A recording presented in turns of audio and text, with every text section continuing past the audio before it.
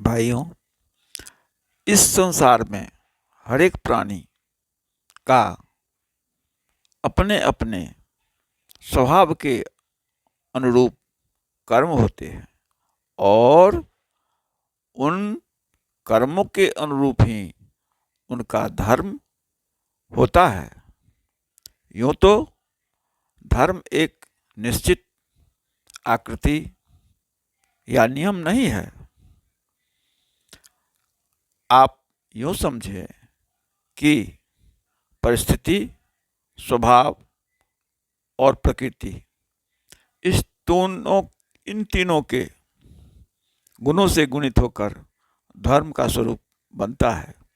आप जानते हैं कि जितने भी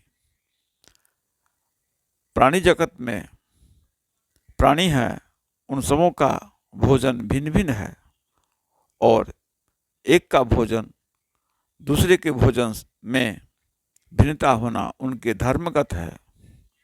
मछली पानी में रहकर मछली में जो धर्म है वह मछली से अलग जो जीव जंतु हैं पानी में ही वो भी रहते हैं, लेकिन उनका भोजन अन्य है। उसी तरह चौपाई जानवर में गाय का भोजन घास है और चौपाई जानवर में ही बिल्ली और बाघ, इनका भोजन अलग है, मांसाहारी हैं। तो इस तरह से उनका धर्मगत भोजन मांसाहारी होना है और गाय के लिए धर्मगत भोजन जो है वनस्पति वह है। इस तरह मनुष्य में भी हर एक देश, काल और परिस्थिति से गुणित होकर मनुष्यों के स्वभावगत उनका भोजन, उनके रहन सहन और उनका परिवेश भिन्न भिन्न पाए जाते हैं। अतः धर्म में एकता होना संभव नहीं है। इसीलिए धर्म के विषय में जो वाद विवाद हो रहे हैं वह व्यर्थ है। इस बात को भगवान श्री कृष्ण कह रहे हैं कि अच्छी प्रकार से आचरण में लाए हुए दूसरे के धर्म से गुण रहित भी अपना धर्म अति उत्तम है। अपने धर्म में तो मरना भी कल्याण का कारण है और दूसरे का धर्म भय को देने वाला है। तात्पर्य यह है कि आप जिस परिवेश में, जिस धर्म में आप रह सकते हैं, रहते हैं, स्वभाव है आपका, वही आपका अच्छा धर्म है। और दूसरे का धर्म जो देखने में और करने में आपको सुलभ लगता है लेकिन आपके प्रकृति के विपरीत है, तो वह धर्म आपके लिए भय देने वाला है। तात्पर्य उसमें आपको शांति नहीं मिलेगी, आप कष्ट पाएंगे। हरिओम।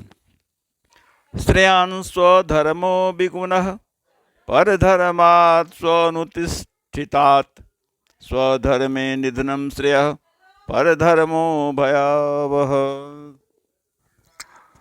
प्रिय भाइयों, मैं आपका पुनः ध्यान आकर्षण कर रहा हूँ कि मनुष्य के कर्म के अनुरूप ही धर्म होते हैं। मान लीजिए कोई सेना अपने देश के हित के लिए सरहद पर मौजूद है और उस देश पर दूसरे देश के सैनिक अगर आक्रमण करते हैं तो उन आक्रमणकारियों पर उनकी हत्या करना उनके लिए धर्मगत है। लेकिन वही सिपाही अगर अपने घर आकर उसी शस्त्र अस्त्र से अगर अपने भाइयों के साथ हुए विवाद, भूमि विवाद में अगर उसकी हत्या करते हैं तो वो उसके दोषी होंगे और हत्या के अपराध में उन्हें सजा मिलेगी। इसी प्रकार धर्म क्या जो स्वरूप है वह कर्म आधारित है, परिस्थितिजन्य है और मानव के हित के लिए यह एक व्यवस्था की गई है जो अपने अपने कर्म के अनुसार धर्म का निरूपण किया गया है। भगवान श्री कृष्ण गीता में इसी बात को ज़्यादा बल देते हैं। हे अर्जुन, तुम्हारा जो यह कहना है कि मैं युद्ध नहीं करूँगा, यह ठीक नहीं है, क्योंकि तुम ये पंडितों की तरह दया, क्षमा और अहिंसा की बातों को लेकर तुम अपने धर्म के विरुद्ध जा रहे हो। क्यों? कि तुम्हें क्षत्रिय होने के कारण तुम्हारा काम है कि अपने हक के लिए, धर्म के लिए अधर्मियों का नाश करो, उन्हें समाप्त करो। अतः उन्हें बार बार युद्ध करने के लिए प्रेरित करते हैं। भाइयों, धर्म का स्वरूप कर्म के बिना संभव नहीं है और इस सृष्टि में जो भी कर्म है वे सभी अपने अपने प्रकृति के अधीन हैं। इसी बात को भगवान श्री कृष्ण जी गीता के 3 अध्याय में 27वें श्लोक में कह रहे हैं, प्रकृतेः क्रियमाणानि गुणैः कर्माणि सर्वशः अहंकार विमूढ़ात्मा कर्ताहम इति मन्यते। भगवान कह रहे हैं कि सत्य यह है कि इस संसार में सभी कर्म जो किसी भी प्राणी मात्र से होते हैं वे सभी प्रकृति के गुणों द्वारा किए जाते हैं। फिर भी जिनका अंतःकरण जो अहंकार से मोहित हैं, ऐसे प्राणी, ऐसे मनुष्य जिन्हें यह बोध होता है कि यह मैं करता हूँ, ऐसे अज्ञानी मैं करता हूँ ऐसा मानता है। उनका भाव है कि कर्म प्रकृति के द्वारा होता है और वह आपके स्वभाव के अधीन है। श्री कृष्ण भक्त प्रेमानुरागी जनों, श्रोताजनों और साधक जनों,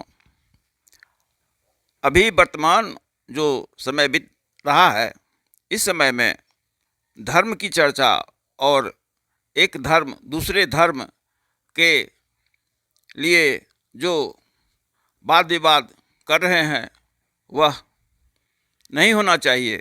क्यों? कि भगवान स्वयं श्री कृष्ण अर्जुन को 18वें अध्याय के 46वें श्लोक में स्पष्ट रूप से कह रहे हैं कि यतः प्रवृत्तिर्भूतानां येन सर्वम् इदं ततं स्वकर्मणात्यभ्यर्च्य सिद्धिं विन्दति मानवः। फिर आगे कहते हैं, श्रेयान् स्वधर्मो विगुणः परम धर्मात् स्वअनुतिष्ठितात् स्वभावनियतं कर्म कुर्वन् न आपनोति किल विषम। फिर आगे कहते हैं 48वें श्लोक में, सहजम कर्म कौन्तेय स्वदोषमपि न त्यजेत सर्व आरंभ ही दोषेन धूमेन अग्निर्वावृता। मैं इसका शब्दार्थ कहता हूँ। कह रहे हैं कि जिस परमात्मा जिस इस जगत को बनाया है वह परमात्मा से यह संपूर्ण प्राणियों की उत्पत्ति हुई है और जिससे यह समस्त जगत व्याप्त है। अर्थात जैसे बर्फ देखने में ठोस है लेकिन उसमें जल ही जल है, उसी प्रकार इस संसार में परमात्म तत्व उसी तरह बर्फ के तरह व्याप्त है। उस परमेश्वर को अपने स्वाभाविक कर्मों द्वारा पूजा करके मनुष्य परम सिद्धि को प्राप्त हो जाता है। उसके बाद कहते हैं कि हे अर्जुन, अच्छी प्रकार से आचरण किए हुए दूसरे के धर्म से गुण रहित भी अपना धर्म श्रेष्ठ है। क्यों? इसलिए कह रहे हैं कि दूसरे के आचरण उसके परिस्थितिजन्य, उसके अनुसार उनका धर्म है। तुम उनके धर्म को अगर धारण करते हो तो तुम्हारे स्वभाव के अनुकूल नहीं होंगे, क्योंकि स्वभाव से नियत किए हुए स्वधर्म रूप कर्म को जो करता है वह मनुष्य पाप को नहीं प्राप्त होता है। यानी आपके स्वभावगत जो कर्म है उस कर्म को करते हुए आपको पाप नहीं लगेंगे। जैसे एक मछुआरा अपनी जीविका मछली को पकड़ता है, उसे बेचता है, तो उसे हत्या का दोष नहीं लगता है। इसी तरह आगे कहते हैं कि सहज कर्म जो है वही आपके लिए धर्मगत है। वह दोषयुक्त होने पर भी आपको अपने सहज कर्म को नहीं छोड़ना चाहिए। क्यों? ये कि जैसे धुएं से अग्नि सभी भांति किसी न किसी कारण वह अग्नि में वह कालिख का दोष विद्यमान रहता है, उसी तरह संसार में जितने भी कर्म हैं ऐसा कोई भी कर्म नहीं है जिसमें कि कुछ न कुछ दोष न हो। इसको देखते हुए एक दूसरे धर्म पर दोषारोपण करना बिल्कुल सही नहीं है। इसका विरोध करते हैं और अर्जुन को समझाते हैं कि हे अर्जुन, तुम जो समझते हो कि ये हमारे गुरु हैं, ये हमारे बड़े भाई हैं, ये पितामह हैं, इनके साथ युद्ध मैं कैसे करूं, इन्हें कैसे मारूं, तो यह जो तुम्हारी सोच है वह गलत है। क्योंकि वर्तमान समय में अभी जो है वह तुम्हारे विचार और धर्म के विरुद्ध हैं। अतः किसी व्यक्ति का धर्म निश्चित करना उसके परिस्थिति, उसके स्वभाव और न्यायप्रिय होना चाहिए, मानव कल्याण के लिए होना चाहिए, यही धर्म है। इसी बात को यहाँ मैं आपको बता रहा हूँ। इसे हृदयंगम कर हम अपने भक्तों से आग्रह करेंगे कि भगवान के इन बातों की चर्चा होनी चाहिए और इसे संसार में एक दूसरे को बताना चाहिए। हरिओम तत्सत। हरिओम। जय कृष्ण, जय योगेश्वर, जय भारत। ओम शांति शांति शांति।